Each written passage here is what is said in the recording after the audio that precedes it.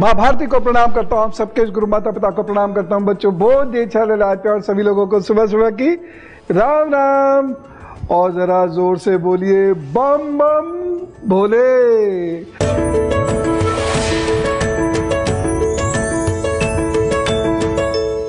आप सभी लोगों को महाशिवरात्रि की बहुत ढेर सारी शुभकामनाएं। महाशिवरात्रि में उपवास आपका प्रारंभ हो गया होगा, ऐसी मेरी सोच है। और आप ज्यादा आज बिल्कुल नहीं खाएंगे, ये भी मेरी सोच है। बस थोड़ा बहुत दूध ले लेंगे, बाकी जल ले लेंगे और फल ले लेंगे थोड़ा बहुत, वो भी जब जब भूख बर्दाश्त नहीं होगी तब। और जो मैंने आपको बताया था कि सूर्य अस्त से लेकर 9:43 तक की पूजा तो आप करने ही वाले हैं, ठीक है ना? ये तो मुझे पता ही है। शाम को 6:33 से रात 9:43 के बीच में पूजा आप करेंगे ही करेंगे। उसके बाद रात वाली पूजा भी आप करेंगे। खैर, मैं आपको फिर से बहुत सारे समय बताऊंगा कि किस प्रकार से पूजा करनी है, ये बताऊंगा। महाशिवरात्रि दरअसल होती क्या है, ये भी हमको जानने की आवश्यकता है। लेकिन अभी शुरुआत करते हैं, और महाशिवरात्रि पर एक चीज और बताऊंगा। चंद्रमा का महाशिवरात्रि से एक विशेष संबंध है। आपने भगवान शिव के मस्तक पर चंद्रमा देखा होगा ना? ये कौन सा चंद्रमा है बाय द वे? आसमान वाला नहीं। महाशिवरात्रि के अर्थ से बातचीत शुरू करते हैं। महाशिवरात्रि का अर्थ है महाकल्याणकारी रात्रि। शिव का अर्थ है कल्याण। तिथियों में चतुर्दशी तिथि के स्वामी हैं शिव जी। हर महीने की कृष्ण पक्ष की चतुर्दशी को शिव जी के भक्त मास शिवरात्रि के रूप में व्रत उपवास करते हैं। लेकिन ये जो दिन है, इसे महाशिवरात्रि कहते हैं। शास्त्र के अनुसार इसका बड़ा महात्म्य है, जिसके तत्व को आपको समझने की आवश्यकता है। महाशिवरात्रि का व्रत फागुन कृष्ण की चतुर्दशी तिथि को किया जाता है। प्रदोष काल रात्रि का आरंभ एवं निशीत काल यानी अर्धरात्रि के समय चतुर्दशी तिथि रहे, उसी दिन शिवरात्रि का विशेष व्रत उपवास होता है। ये 13 को पड़ रही है।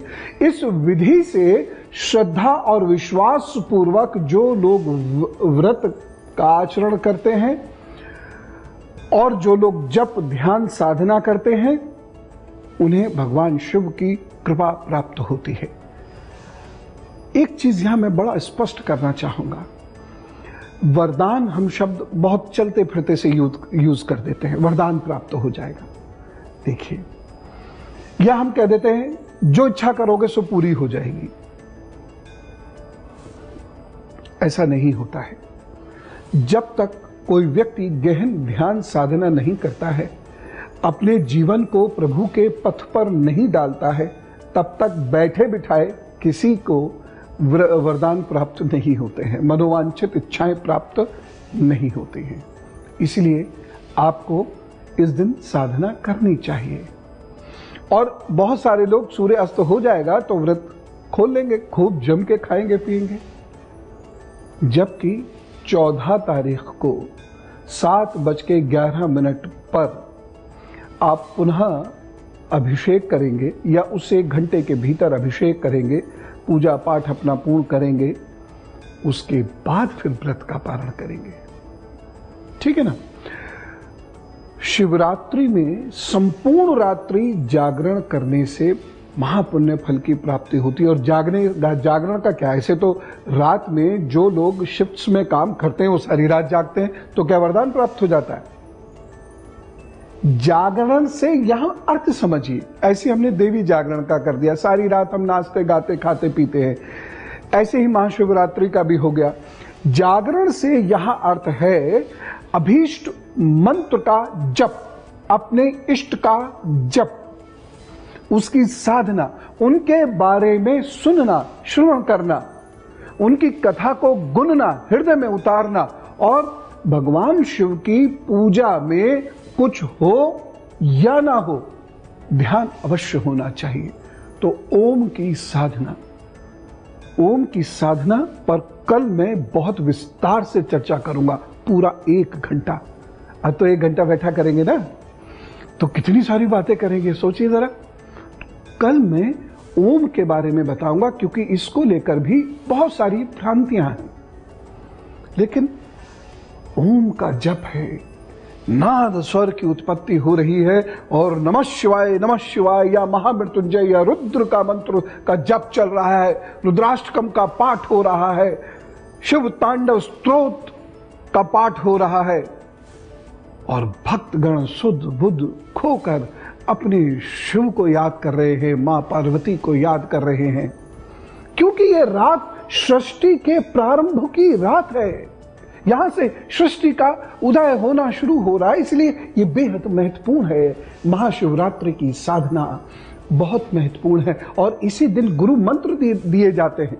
और गुरु मंत्र ऐसे नहीं दिए जाते कि कई लोग एक साथ बैठ गए और सबको एक ही सा मंत्र दे दिया। हर व्यक्ति का मंत्र अलग होता है, और जो कान में मंत्र कहा जाता है वो मूलतः शक्तिपात होता है। इस दिन गुरु लोग गुरु मंत्र देते हैं या शिष्य दीक्षा प्राप्त करता है। तो ये साधना, गुरु मंत्र और दीक्षा आदि की रात है। यह परम शुभ रात है। यह स्वास्थ्य संबंधी कष्टों को काटने की रात है। यह आत्मा की शुद्धि की रात है, क्योंकि आत्मा के शुद्ध हुए बिना, संस्कार शुद्ध हुए बिना आपको कभी भी पाप से मुक्ति नहीं मिलेगी, यानी दुर्भाग्य से मुक्ति नहीं मिलेगी। तो यह दुर्भाग्य को काटने की रात है।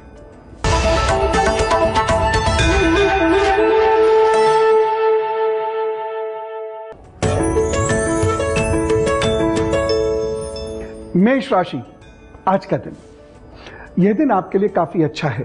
यदि भी कुछ बाधाएं तो आती दिखाई दे रही हैं, लेकिन फिर भी वह बाधाएं दूर होंगी, आप तरक्की कर पाएंगे। लेकिन कुछ सावधानियां चाहिए। इस दिन स्वास्थ्य की दृष्टि से सावधान रहना होगा। भोजन बहुत सोच समझ कर कीजिएगा। कोई व्यक्ति आपको दगा दे सकता है, इसलिए आपको थोड़ा सा अलर्ट रहने की जरूरत है। और इस दिन मंगल कार्य ना करें तो अच्छा है। अगर करना है तो उपाय कर लीजिएगा। ओम नमः शिवाय का जप करने के बाद कुछ अक्षत यानी चावल अपनी जेब में रखकर फिर अपना दिन शुरू कीजिए। आपको मंगल कार्यों में लाभ होगा।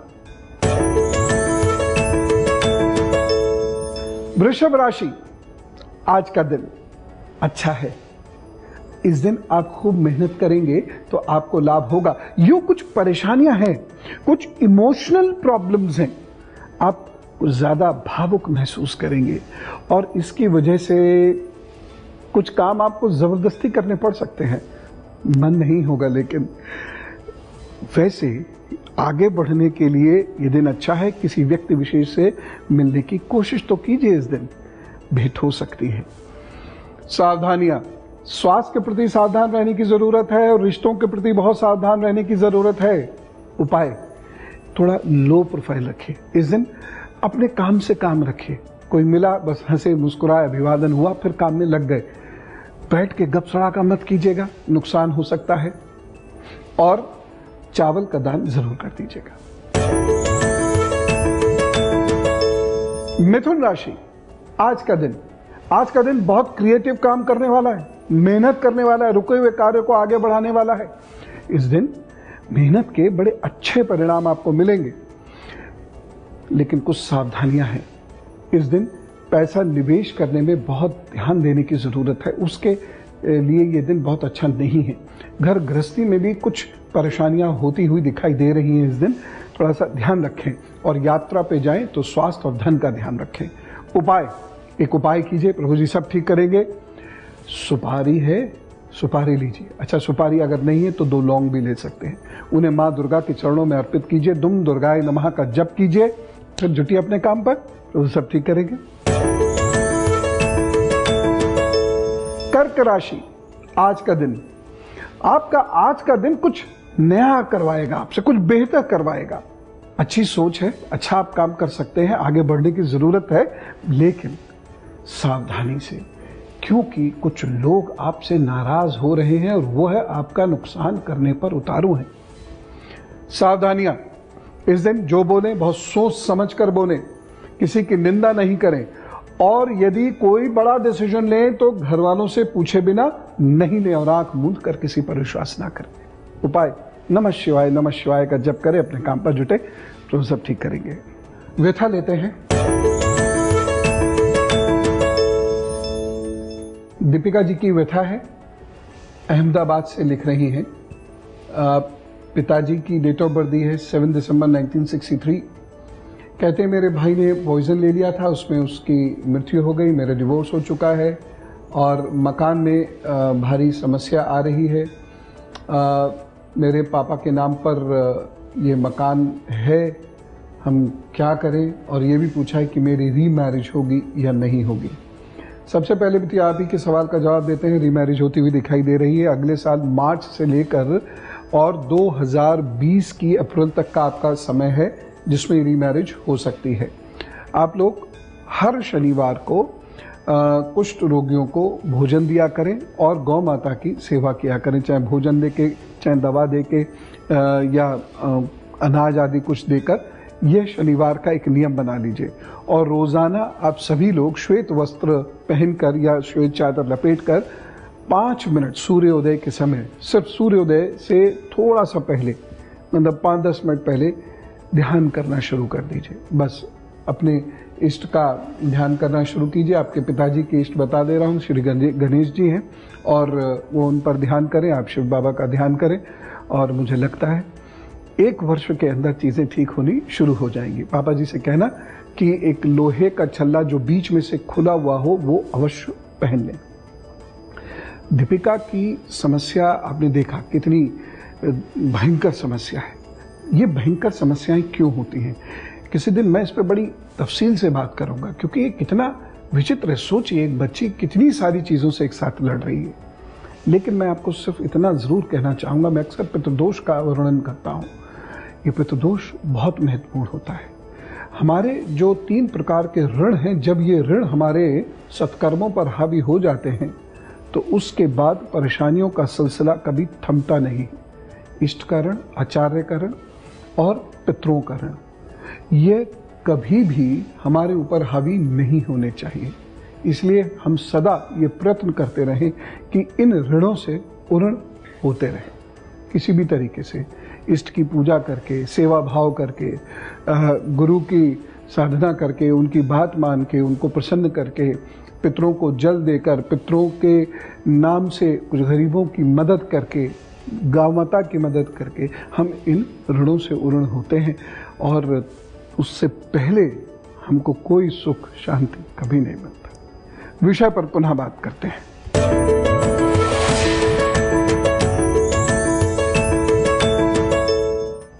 मैं आपको ये बता रहा था कि कौन सा शिवलिंग इस दिन आप अपने यहां स्थापित कर सकते हैं। धातु का शिवलिंग होता है, काष्ठ का शिवलिंग होता है, सर्वश्रेष्ठ तो अपने आप बनाया हुआ मिट्टी का शिवलिंग होता है। उसको कैसे बनाते हैं ये भी मैं आपको बताऊंगा। लेकिन धातु के शिवलिंग की अपेक्षा पारद और उससे भी बढ़िया स्फटिक का शिवलिंग घर में स्थापित करना अच्छा होता है। इस पर अभिषेक करने से स्वास्थ्य लाभ प्राप्त होता है, ये बड़ा सिद्धिदायक होता है। इसके अभिषेक से आपको अनेक मंत्रों की सिद्धियां प्राप्त हो जा सकती हैं। यह मृत्यु तुल्य कष्ट को भी काट सकता है और पारद शिवलिंग का महामृत्युंजय मंत्र से संपुट आदि लगाकर यदि आप अभिषेक करते हैं तो यह मृत्यु तुल्य कष्ट काट देता है। जी हां, आयु बढ़ती है, आरोग्य की प्राप्त होती है। स्फटिक शिवलिंग जब धन की बहुत कमी होने लगे ना और यश का अभाव होता चला जाए तो स्फटिक के शिवलिंग की स्थापना कर लीजिएगा, छोटू सा ले आइएगा और स्थापित कीजिए। कैसे? अब आपको मान लीजिए कर्मकांड नहीं आते क्योंकि वह तो बाकायदा ट्रेनिंग लेनी पड़ती है तभी आते हैं। आप क्या कर लीजिए, ओम नमः शिवाय, ओम नमः शिवाय, ओम नमः शिवाय, ओम नमः शिवाय, ओम नमः शिवाय के मंत्र कीजिए 3-4 घंटे बैठकर और अभिषेक करते चले जाइए। अन्न से, फल से, जल से, भस्म से। भस्म कैसी? वो गाय के गोबर के बने हुए कंडे की भस्म, फिर जल, फिर घी, दूध, इससे अभिषेक करते रहिए, स्थापना हो जाएगी। भाव से प्राण का जागरण होता है मूलतः तो। और उसके बाद अगर आप नियमित रूप से यह अभिषेक सुबह सुबह करते हैं, फिर अपना दिन शुरू करते हैं, तब आपको बहुत सारे फलों की प्राप्ति होती है। तब होती है योग साधना से ही फलों की प्राप्ति होती है। जब आप योग साधना प्रार्थना करते हैं और कर्म को श्रेष्ठ तरीके से करते हैं, तब भगवान शिव वरदान देते हैं और मनोवांछित फल प्रदान करते हैं। ऐसे थोड़ी बैठे बैठे हो जाते हैं। लोग कहते हैं हमको गंगा जल नहीं मिल रहा, क्या करें? सारा जल शिव जी का जल है, मिल जाए तो बहुत अच्छा है। मंदाकिनी मैया का जल मिल जाए तो बहुत अच्छा है, मंदाकिनी नदी का जल, गंगा जल मिल जाए तो और भी अच्छा है, नर्मदा जल मिल जाए तो और भी अच्छा है। सारे ही जल अच्छे हैं, बाकी तो जो मिल जाए बस शुद्ध होना चाहिए। बस उससे स्नान कराने की एक आदत डालिए। नियमित रूप से यदि आपके पास समय है तो सबसे पहले जल से अभिषेक कीजिए, और ये आज से शुरू करेंगे। पहले जल से अभिषेक कीजिए, फिर दूध से अभिषेक कीजिए, फिर दही से अभिषेक कीजिए, फिर घी से अभिषेक कीजिए, फिर मधु यानी शहद से अभिषेक कीजिए, फिर शक्कर से, शक्कर का मतलब चीनी नहीं है, गुड़ की जो शक्कर होती है, फिर शक्कर से अभिषेक कीजिए, फिर स्नान कराइए। स्नान कराने के उपरांत फिर चंदन लगाइए। चंदन लगाने के उपरांत पुष्प, फिर बेलपत्र यह अर्पित कीजिए। उसके बाद धूप और दीप से भगवान शिव का पूजन किसी भी रूप में जैसे आप करते हैं वैसे कीजिए। अब ये आज से करना है। कब से? जो मैंने आपको दिन भर का समय बताया, आप कभी भी कर सकते हैं, अभी भी कर सकते हैं, और बिना अभिषेक के संध्या में भी कर सकते हैं। ठीक है? और ठीक इसी प्रकार का कल सुबह 7:11 से यह पूजा आप कर सकते हैं। इसी प्रकार से अभिषेक कर सकते हैं, क्योंकि अभिषेक सूर्य अस्त के उपरांत नहीं होता है। ठीक है ना? तो अभी आप या दिन में या सूर्य अस्त से 1 घंटा पूर्व बैठ के अभिषेक करके आप पूजा कीजिए, और अपने घर में भी यदि आप शिवलिंग स्थापित करना चाहते हैं तो कीजिए। इसका एक और मतलब हो गया ना कि घर में शिवलिंग की स्थापना की जा सकती है। बहुत सारे लोग कहते हैं शिवलिंग की स्थापना नहीं करनी चाहिए क्योंकि उसमें बहुत गर्मी होती है। नहीं होती है। आप शिवलिंग की स्थापना कीजिए, प्रतिदिन अभिषेक कीजिए, उस शिवलिंग में गर्मी नहीं होती है। गर्मी वहां उत्पन्न हुई थी जहां शिव जी ने विष पान किया था और विष को गले में रोक लिया था। वहां विष था, वहां गर्मी थी। घर के शिवलिंग में गर्मी नहीं होती है। शिवलिंग की जो योनि नाली होती है उसको उत्तर की ओर रखिए, और जब आप जल अभिषेक करें तो आपका चेहरा उत्तर की ओर ही रहना चाहिए। ये हमेशा ध्यान रखना, ठीक है ना?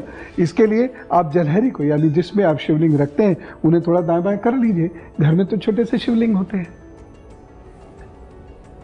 इस प्रकार से आज आप पूजा कीजिए, कल सुबह पूजा कीजिए, रात में जप कीजिए, और उसके बाद प्रतिदिन कीजिए, और यकीन रखिए स्वास्थ्य संबंधी, मन संबंधी अनेक व्याधियां और परेशानियां समाप्त होंगी।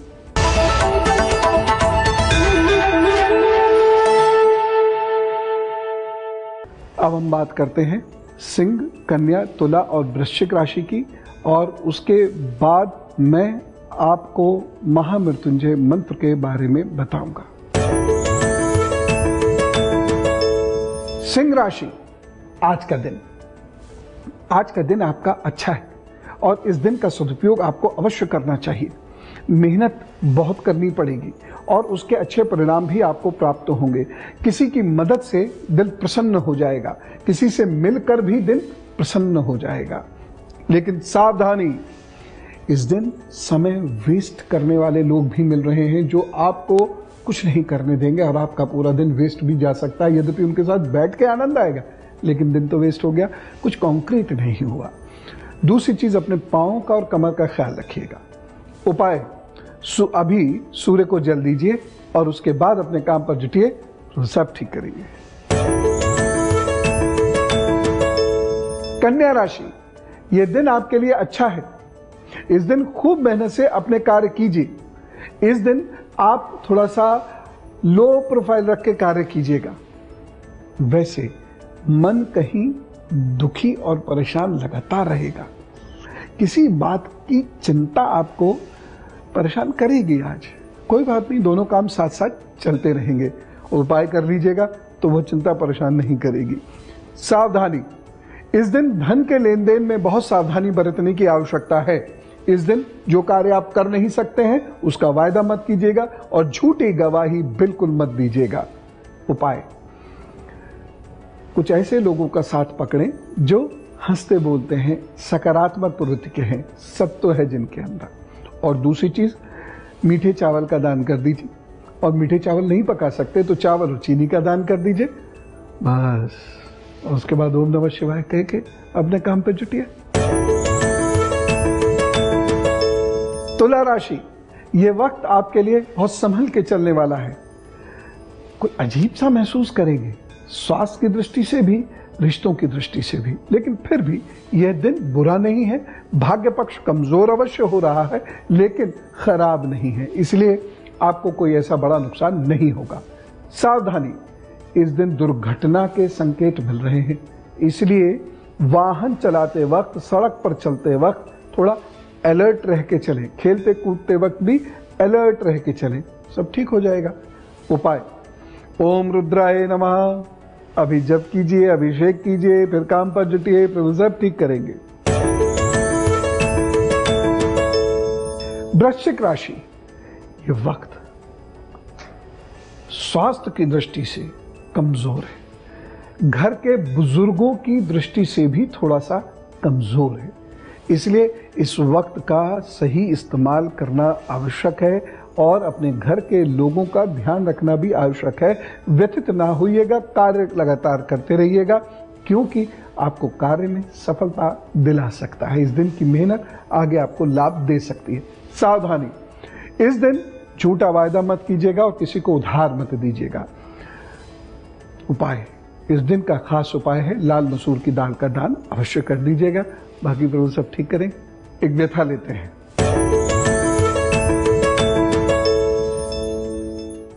मोहित जैन जी मेरठ से ये व्यथा भेज रहे हैं। 29 मार्च 1984 इनका डेट ऑफ बर्थ है। 1:30 इनका बर्थ टाइम है AM और मथुरा, मेरठ से भेजते हैं। गुरुजी, मैं बहुत मुश्किल में हूँ, फाइनेंशियल प्रॉब्लम सही नहीं होती, करियर में ग्रोथ नहीं होती, मैरिज लाइफ सही नहीं है, सेहत सही नहीं रहती। समाधान करिए। समाधान तो प्रभु जी करेंगे, आप उपाय कीजिएगा, चीज़ें ठीक होंगी, बिल्कुल होंगी, मुझे उम्मीद है। अब से लेकर 18 महीने आपको रोजाना हनुमान जी का जप करना है। समय अपने अनुसार चुन सकते हैं, सूर्योदय से पूर्व या रात में। ओम हं हनुमते रुद्रात्मकाय होम फट, ठीक। ओम हं हनुमते रुद्रात्मकाय होम फट, यह वह मंत्र है जिसका आपने जप करना है। दूसरी चीज, विचारों में सात्विकता लाइए। अभी तामसिकता है और इसकी वजह से आप नुकसान उठाएंगे। सात्विकता लाने के लिए अपना चंद्रमा आपको मजबूत करने की आवश्यकता है। आप रोजाना दूध या दूध से बनी हुई चीजें घर के बुजुर्ग को दें, उनके चरण छू के आशीर्वाद लें, अपने आप चीजें ठीक होंगी। और अपने जन्मदिन वाले दिन आप माता जी को चांदी की कोई भी चीज भेंट करें, उनकी पसंद के अनुसार। एक उपाय मैं आपको और बता रहा हूं और वो ये है कि हल्दी और केसर का तिलक मस्तक पर लगाया करें और एक पीले रंग की टोपी अपने सर पर धारण किया करें। टोपी पहनाने से बहुत फायदे होते हैं, पता है।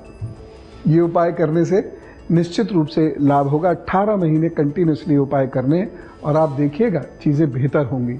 और चलते चलते एक बात कहूं, मोहित भैया गुस्सा नहीं, एक हफ्ते के उपाय 1 मिनट के गुस्से से समाप्त हो जाते हैं, मतलब उसका पुण्य समाप्त हो जाता है। इसलिए गुस्सा छोड़ देना, ठीक?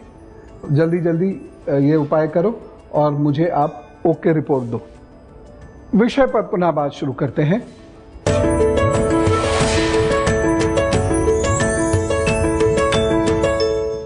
इस महाशिवरात्रि आज भी और कल भी हो जाए तो क्या कहना, खूब जम के पूरे दिन रात ओम त्र्यंबकम यजामहे सुगंधिम पुष्टिवर्धनम उर्वारुकमेव बंधनान् मृत्योर्मोक्षयमामृतात् का जप कीजिए।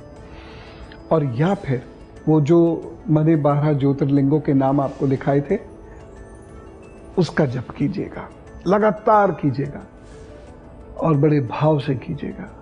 अच्छा तो होगा ही होगा, परेशानी तो कटेगी कटेगी तय, मुझे कोई संदेह नहीं। आप भी संदेह रहित होकर जप करें।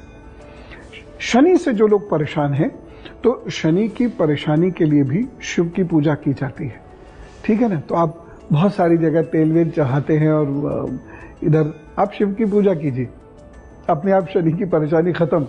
और राहु का तो जबरदस्त उपाय है शिव जी की पूजा, आज से शुरू कर दीजिए। और इस दिन किए गए जप से राहु के दुष्प्रभाव शांत रहते हैं साल भर। अगर मार्केश है तो ये ओम त्र्यंबकम यजामहे करिए आप और देखना।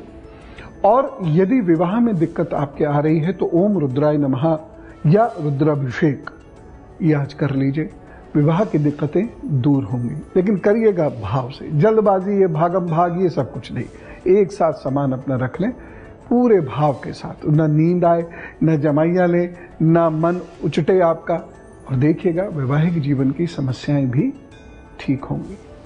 अभी तो हम जान लेते हैं धनु, मकर, कुंभ और मीन राशि का हाल।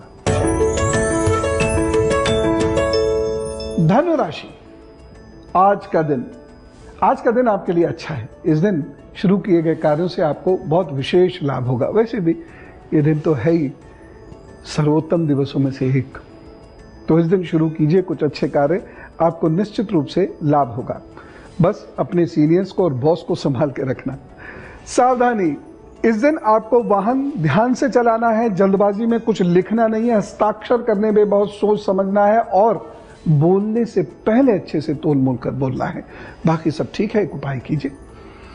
आपका उपाय है अरहर की दाल का दान किसी भी गरीब को कर दीजिए, आनंद से रहिए।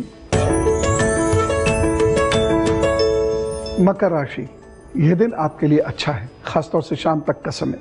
इस दिन आपको आपके द्वारा किए गए कार्यों का बड़ा विशेष लाभ मिलने वाला है। इस दिन किसी बिछड़े हुए व्यक्ति से भेंट हो सकती है या किसी ऐसे व्यक्ति से जो बहुत दिनों से बात ना हुई हो उससे बातचीत हो सकती है। सावधानी, इस दिन वाहन थोड़ा सावधानी से चलाइएगा और आग से ध्यान रखिएगा। उपाय, दिन बहुत बेहतर हो इसके लिए अभी थोड़ा सा वक्त निकाल लीजिए, महामृत्युंजय मंत्र का जप कर लीजिए या ओम नमः शिवाय का जप कर लीजिए, फिर जुटिए अपने काम पर, तो सब ठीक करेंगे।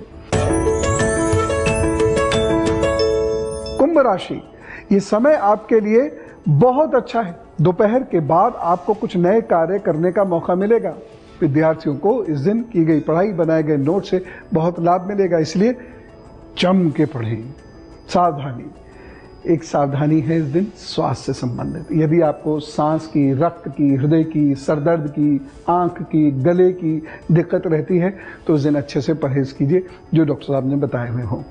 उपाय, इस दिन का विशेष उपाय है ओम रुद्राय नमः, ओम रुद्राय नमः का जप, फिर अपने जुटिए काम पर, प्रभु करेंगे सब ठीक। मीन राशि, आज का दिन आपके लिए अच्छा है। आज आप कुछ नया सोच सकते हैं, किसी नए व्यक्ति से मुलाकात आपकी हो सकती है, लेकिन विचार आपके मन में उमड़ते घुमड़ते रहेंगे।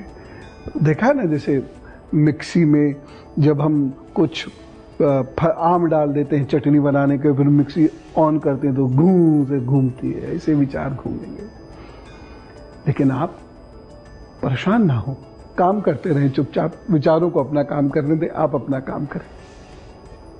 सावधानी, इस दिन आप एक्सीडेंट से सावधान रहने की आवश्यकता है और घर के बड़े बुजुर्गों से आपका मनमुटाव ना हो, इस बात का विशेष रूप से ख्याल रखिएगा। उपाय, इस दिन को बेहतर बनाने के लिए गौ माता को गुड़ खिला दीजिए या गुड़ का दान कर दीजिए, तो सब ठीक करेंगे।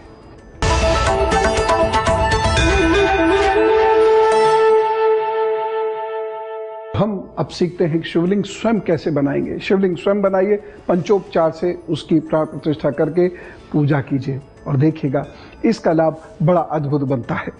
शुद्ध मिट्टी लीजिए, जल लीजिए, इससे शिवलिंग बनेगा और उसमें आप पंचमेवा डाल दीजिएगा। उसमें गेहूं के दाने हो, उसमें जौ हो, उसमें गाय का गोबर हो, पुष्प हो, गुड़ हो और उसके अंदर उपले की भस्म हो और अन्य कोई अन्न भी आप उसमें रख सकते हैं तथा गंगा जल से पीठ सहित शिवलिंग की स्थापना कीजिए, उसकी पूजा कीजिए। और हाँ, इसकी लंबाई 12 अंगुल से नीचे नीचे हो, उसके ऊपर नहीं। इससे मंत्रोपचार करके पूजा कीजिए और आप देखिए इसके अद्भुत परिणाम। कल सुबह 7:11 से 1 घंटे के भीतर इसी का अभिषेक कीजिएगा।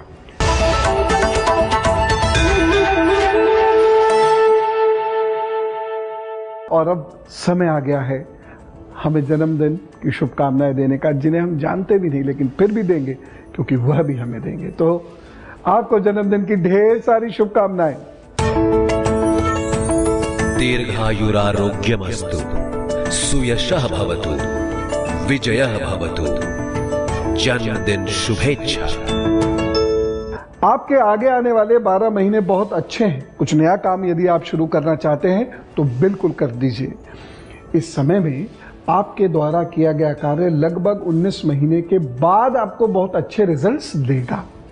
इस समय में यदि आप बहुत डाउन टू अर्थ रहकर कुछ कार्य करते हैं, एकदम जिसे कहते हैं ना मजदूरी वाले अंदाज में यदि कोई कार्य शुरू करते, कार्य चाहे कितना भी बड़ा हो, उससे आपको लाभ होगा।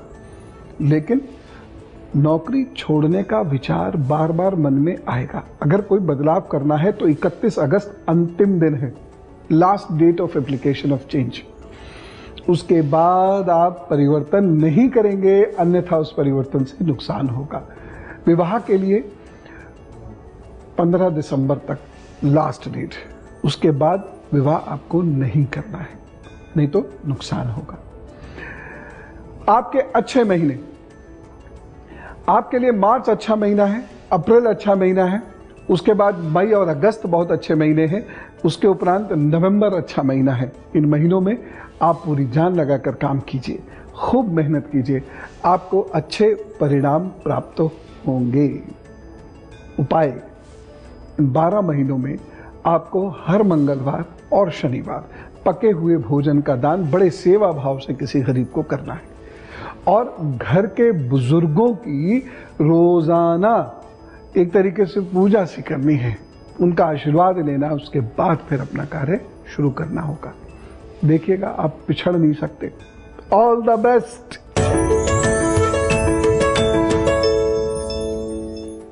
व्यथा जिन्होंने भेजी है उन्होंने अपना नाम नहीं बताया है, अपनी बहन के बारे में जानना चाहते हैं। कहते हैं बहन को गुस्सा बहुत आता है और मैरिड लाइफ डिस्टर्ब है, तलाक तक की बात हो जाती है, क्या करें? देखो बेटे, अपनी दीदी को बोलना कि उनका जो गुस्सा है वो सामान्य चीज नहीं है, यह कहीं मानसिक समस्या बन रही है। तो चिकित्सीय सलाह भी ले लें, लेकिन 1-2 उपाय जो मैं बता रहा हूं वह कर लें। इसे प्रभु ने चाहा तो इसी से ठीक होगा।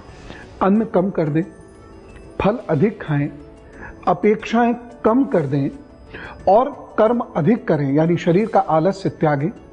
और उसके साथ साथ 1 गिलास पानी में 1 चम्मच मेथी रात को भिगो दें और सुबह उसके जल को पी लें। और चाहे तो मेथी भी फिर खा सकते हैं। दिन में 1 बार सीतोपलादी, और सीतोपलादी में थोड़ा सा अश्वगंध का पाउडर भी मिला लें, लगभग 1 टीस्पून, 1 चाय की चम्मच बराबर, और वह चाट कर खा लिया करें। जल का सेवन अधिक करें और सफेद पुष्प अपने रोजाना इष्ट को अर्पित करके अपने इष्ट का नाम लिया करें। एक छल्ला जो बीच में से खुला हुआ हो वह अंगूठे में धारण कर लीजिए। बस देख लीजिएगा, गुस्सा कम होना शुरू होगा। और जिंदगी से अभी अपेक्षाएं नहीं रखना, कब रखें? दिसंबर 2019 से, क्योंकि अभी वक्त ठीक नहीं है। चुपचाप बिता लें, अन्यथा सारी जिंदगी दंश झेलने पड़ेंगे। और अब मैं बात करता हूं उस विचार की जो आपका दिन बना देगा।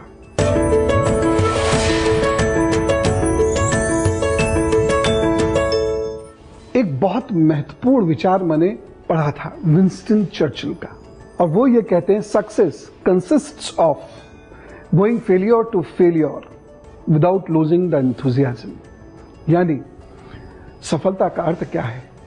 आप फेल होते जाएं और फेल होते जाएं, फेल होने की चिंता ना करें, लेकिन अपनी उमंग और उत्साह ना खोएं।